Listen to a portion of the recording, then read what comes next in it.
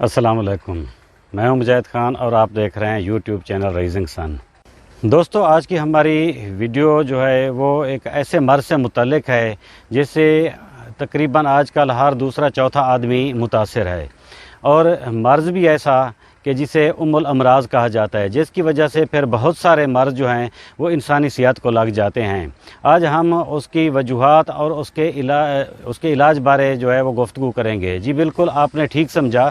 ये मर्ज़ जो है वो कब्ज़ का मर्ज़ है जो ज़माना हाज़िर में एक आम होता जा रहा है। दोस्तों, आज जो मैं आपको कब्ज़ से मुतल्लिक इलाज बताने वाला हूँ वो कोई कड़वी कसीली दवाई नहीं है, बल्कि एक मीठा फल है और खुश ज़ायका भी है, जिसको खाकर आप कब्ज़ तो आपकी दूर होगी ही, लेकिन उसके साथ आप और भी जिस्मानी तौर पर आप ख़ुद को ताकतवर समझेंगे। बहुत से आपके जो अज़ा हैं उनको ये ताकत और फ़ायदा देगा, और बहुत सी बीमारियां जो हैं ये उनको आपसे जो है वो दूर करेगा। इस मर्ज़ यानी कब्ज़ का इलाज जो है मैं आपको आज एक ऐसे खुश ज़ायका और मीठे फल से बताऊंगा जो ग़िज़ा की ग़िज़ा है और दवा की दवा है, लेकिन उसका जो है वो तरीक़ा इस्तेमाल दवा के तौर पर होना चाहिए, ना कि ग़िज़ा के तौर पर। क्योंकि जब हम ग़िज़ा करते हैं तो वो हमारे जिस्म को जो है वो हमारे जिस्म में जुज़्व बदन बनती है, वो ग़िज़ा के तौर पर काम करती है, लेकिन उसको अगर मखसूस तरीके से इस्तेमाल किया जाए तो वो फिर दवा के तौर पर काम करती है। मैं आपको यहाँ पर एक मिसाल देना चाहूँगा दूध की।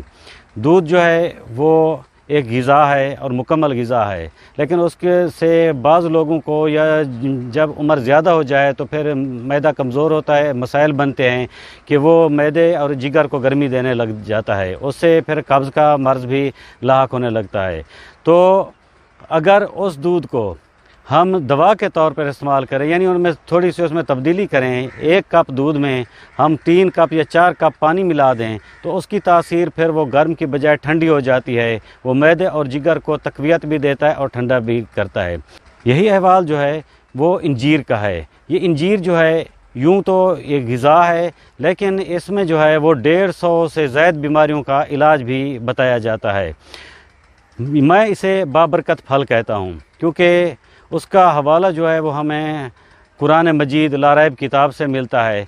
अल्लाह ताला का इरशाद गिरामी है, वत्तीन वज़्ज़ैतून, कसम है इंजीर की और जैतून की। यानी अल्लाह ताला ने कुरान मजीद में इसकी कसम खाई है, ये बाबरकत है, और इसके नाम से सूरह 3 जो है वो कुरान मजीद में मौजूद है। तो ये हमारे लिए ग़िज़ा भी है और शिफा भी है, और इससे सिर्फ कब्ज़ नहीं, आज मैं जो आपको इलाज का तरीका बताऊंगा, कब्ज़ के साथ साथ आपका जिगर, गुर्दा, मैदा और क़ुव्वत बहा, जिन लोगों को मर्दाना कमज़ोरी की शिकायत होती है, इरेक्शन का मसला होता है, यानी इस्तादगी का मसला होता है, वो भी ऐसे हल हो जाएगा। ये मेरा बरसों का आज़मूदा है, और जिन लोग को मैंने बताया अल्हम्दुलिल्लाह पॉजिटिव फ़ीडबैक मिला है। किसी ने भी ये नहीं कहा कि उसका इससे मसला हल नहीं हुआ। ये खाने के बाद खाना है कब्ज़ ख़त्म करने के लिए। तो इससे पहले मैं आपको थोड़ी सी वजाहत करता चलूँ कि कब्ज़ जो है उसकी वजूहात क्या हैं। क्योंकि जब तक हम किसी भी बीमारी की वजह का तयन नहीं करेंगे तो वो हमारी दवा से चंद रोज़ के लिए तो ठीक होगी, लेकिन उसका मुस्तकिल हल जो है वो हमें फिर नहीं मिलता। तो हम उसकी अगर कब्ज़ की वजूहात पर गौर करें तो उसकी बेशुमार वजूहात हैं, जिनमें से ज़्यादातर ये है कि पानी का कम इस्तेमाल, कम फाइबर वाली ग़िज़ाओं का खाना। बाज़ लोगों को दूध जो है वो भी कब्ज़ करता है, गोश्त है, ज़्यादा गोश्त इस्तेमाल करने से भी कब्ज़ की शिकायत होती है। इस तरह बाज़ अद्वियात हैं जो कब्ज़ का मूजब बनती हैं। बेशुमार वजूहात में से एक वजह जो है वो चलना फिरना या वॉक का ना करना है। बहुत से लोग हैं, जैसे कारोबारी अफराद हैं, सारा दिन वो बैठकर काम करते हैं, ये भी एक मसला है।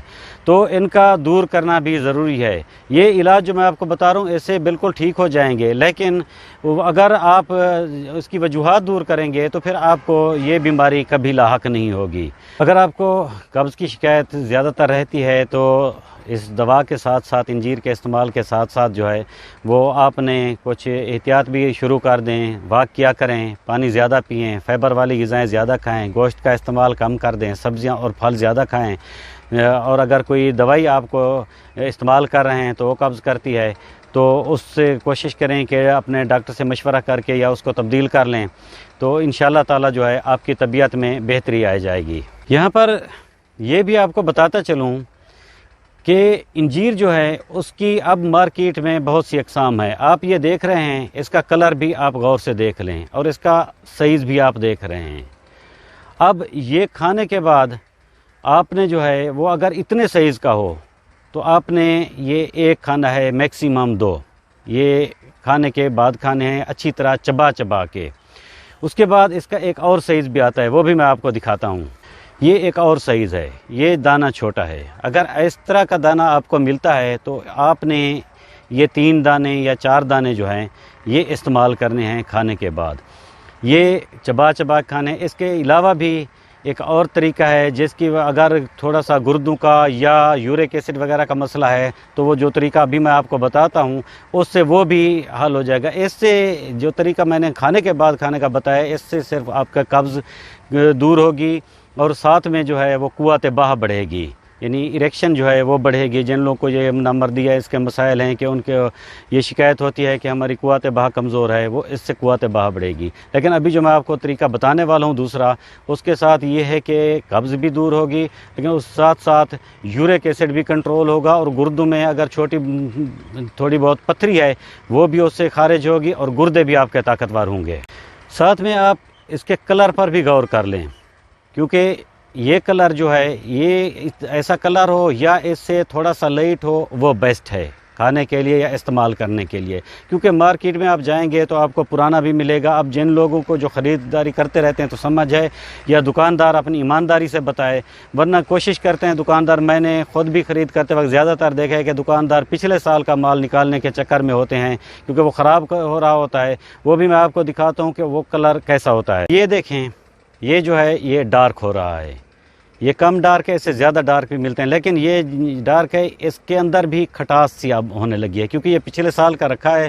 اس کو فریج یا فریزر میں رکھتے ہیں تو اسی کی وجہ سے یہ پھر ان میں کھٹاس پیدا ہونا شروع ہو جاتی ہے۔ یہ اتنی افیکٹو نہیں رہتے جتنی کہ نیا انجیر ہوتا ہے۔ تو کوشش کریں جیسے میں نے آپ کو دکھائے ہیں، تو گولڈن کلر یا تھوڑا سا وائٹنس ہو جس کلر میں، تو وہ انجیر آپ لیں، وہ زیادہ فائدہ مند ہے۔ اب جو ہے میں آپ کو اس کے استعمال کا دوسرا طریقہ بتاتا ہوں کہ آپ نے 5 دانے انجیر کو وہ رات کو توڑ کر پانی میں بھگو کر رکھنے ہیں۔ اس کے بعد آپ نے صبح نہار منہ وہ استعمال کرنا ہے، پانی پی لینا ہے، انجیر کھانے ہیں، اور ساتھ میں جو ان کا بیج وغیرہ ہوگا وہ بھی آپ نے اچھی طرح چبا کے کھانا ہے۔ اس سے آپ کے جو ہے یورک ایسڈ بھی کنٹرول ہوگا، قبض ختم ہوگی۔ اس پر میری ایک مفصل ویڈیو بھی میں نے بنائی ہوئی ہے، اس کا لنک بھی ڈسکرپشن میں دے دوں گا، آپ وہ بھی دیکھ سکتے ہیں۔ تو اس میں نے تفصیل سے جو ہے وہ گردوں اور یورک ایسڈ کے لیے اس کا علاج بتایا تھا۔ دوستو، اگر ویڈیو آپ کو پسند آئی ہو تو اسے لائک اور شیئر ضرور کیجیے گا۔ اگر آپ نے ابھی تک چینل کو سبسکرائب نہیں کیا تو چینل کو سبسکرائب کر کے بیل آئیکن کو دبا دیں، تاکہ میری ہر ویڈیو جو ہے وہ آپ کو بر وقت ملتی رہے، کیونکہ میں صحت سے متعلق جو ہے میرے اپنے تجربات ہیں یا مشاہدات ہیں، جو علاج بالغذا ہے، بہتر علاج ہے، اس کی میں ویڈیو بناتا رہتا ہوں۔ تو آج تک کے لیے اتنا ہی، ملتے ہیں نیکسٹ ویڈیو میں، تب تک کے لیے اللہ حافظ، اللہ سونے دی امان۔